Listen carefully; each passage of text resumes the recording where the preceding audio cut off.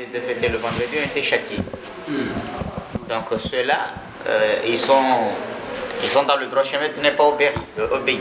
Parce qu'on n'obéit pas pour la salade, il doit être le jour de l'Aïd. Mais pour égorger le mouton, on peut égorger le lendemain, il y a 3 jours. Il y a 3 jours. Et pour la salade, il faut l'effectuer le jour de l'Aïd. Donc le jour de l'Aïd aussi a été reporté. C'est grave. Oui. Ça ne doit pas être reporté. C'est de la superstition. Mais malgré ça, il y a eu quand même des rebelles. Ils se sont rebellés. Et ils ont dit, même si on nous tue, mais nous on va prier avec tous nos frères musulmans. Oui. C'est de la superstition. Les ulama. Et qui est ce mufti qui a dit qu'il faut le reporter? Ce n'est pas le mufti al-Akbar, lui. Il s'appelle le mufti al-Akbar. Mufti al-Akbar. C'est le mufti al-Akbar. Il a cette appellation. Il va avec le roi. Voilà, c'est ça. Le roi est égaré et le mufti Akbar va avec lui. Non, lui, il fait carrément de la politique. Même pendant les campagnes présidentielles, il est dans les meetings. Il est dans les meetings. C'est le mufti al-Akbar. Et c'est lui qui a... Quand il y a là, la shaitan, tu te pensais grand. Alors descends de là, tu es avec les petits. Parce que quand tu fais ça, tu ne suis pas Allah. Tu ne suis pas Allah avec ça. Qu'est-ce qu'il va dire à Allah? Je suis mufti Akbar. Allah, c'est le mufti Akbar, lui, pendant les célébrations de Maulid Nabawi. Lui, il a trouvé, je ne sais pas où est-ce qu'il a décortiqué ce hadith, mais il a trouvé un hadith où le prophète a dit qu'il faut célébrer ma naissance. C'est du jamais vu dans le monde. Il a trouvé un hadith et un verset coranique. Et il enseigne aux gens qui ignorent. Parce que les ignorants, quel que soit le voir, on va dire le mufti, il est plus érudit que nous, donc on va le suivre. C'est grave. Et la situation à l'université de Caïro, les gens de sciences là, comment est la situation là?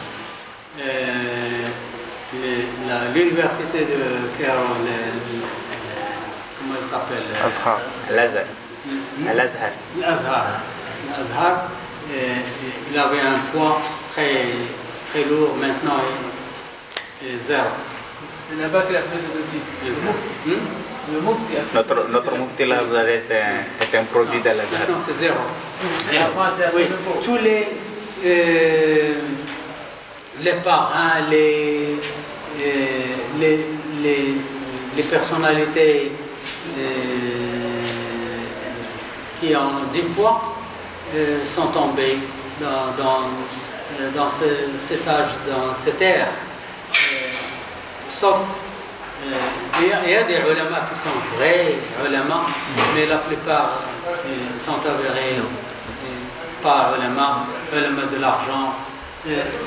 On appelle un alima il y a longtemps à la télévision marocaine pour parler de la planification familiale. On parle de planification familiale, on a invité un alim, il est allé à la télévision et il leur a demandé qu'est-ce que vous voulez que je dise? Est-ce que vous voulez que je dise halal ou haram? Non, tu es alim, tu parles de planification, tu dis ce que tu sais. Ce que Allah subhanahu wa ta'ala dit, pas ils veulent dire la planification halal, je dis halal, voilà Allah subhanahu wa ta'ala dit haram, voilà Allah subhanahu wa ta'ala dit non.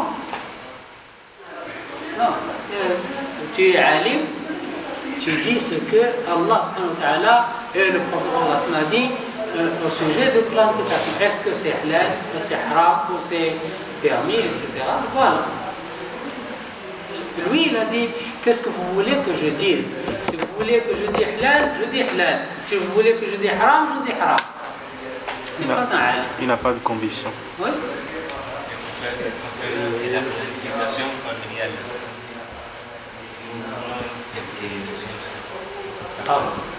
La planification familiale. Oui. Est-ce que si la personne arrive à appliquer la planification familiale, est-ce que c'est haram? C'est permis. Les Sahaba le font. L'arrêt d'avoir des enfants est haram.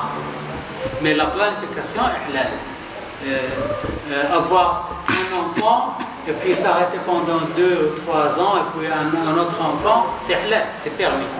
Les Sahaba utilisent une méthode qu'on appelle l'azl. L'azl, ça prend du temps, mais les Sahaba le font. Planifier la famille est permis, mais arrêter de voir les enfants n'est pas permis. Et si un couple décide d'arrêter à cause de l'état sanitaire de la femme? Oui, dans ce cas, oui, il doit avoir une raison logique. Oui. Surtout la santé de la femme. C'est haram si la femme est en mesure de le faire et nous on se décide d'arrêter. Oui.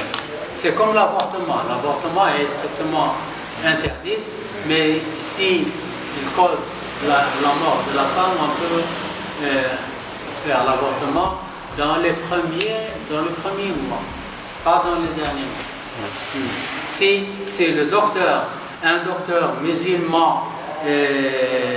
vrai musulman, qui dit que la femme va mourir si elle continue à apporter l'enfant. Donc on peut avorter dans les premiers mois, les 3-4 mois. Avant que l'ange ne souffle. Dans les derniers mois, ça veut dire que la femme va mourir dans cette dernière période. Oui, si la femme y a des risque de s'il y mourir, a des risques, on peut enlever l'enfant. Oui. Maintenant, il y a l'opération, on peut ouvrir la femme et enlever l'enfant. Maintenant, il n'y a plus de solution. Est-ce qu'il est permis en islam d'être gynécologue par exemple? Pardon? En islam, est-ce qu'il est permis d'être gynécologue? Pour un homme. Normalement, un gynécologue doit être femme.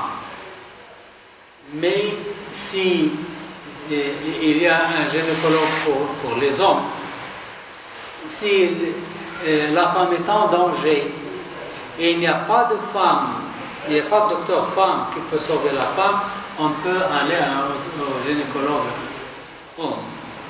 Dans le cas extrême. Oui, lui demande si c'est permis pour un musulman. Doit être une femme. Voilà. Un gynécologue pour les femmes doit être femme. Et un gynécologue pour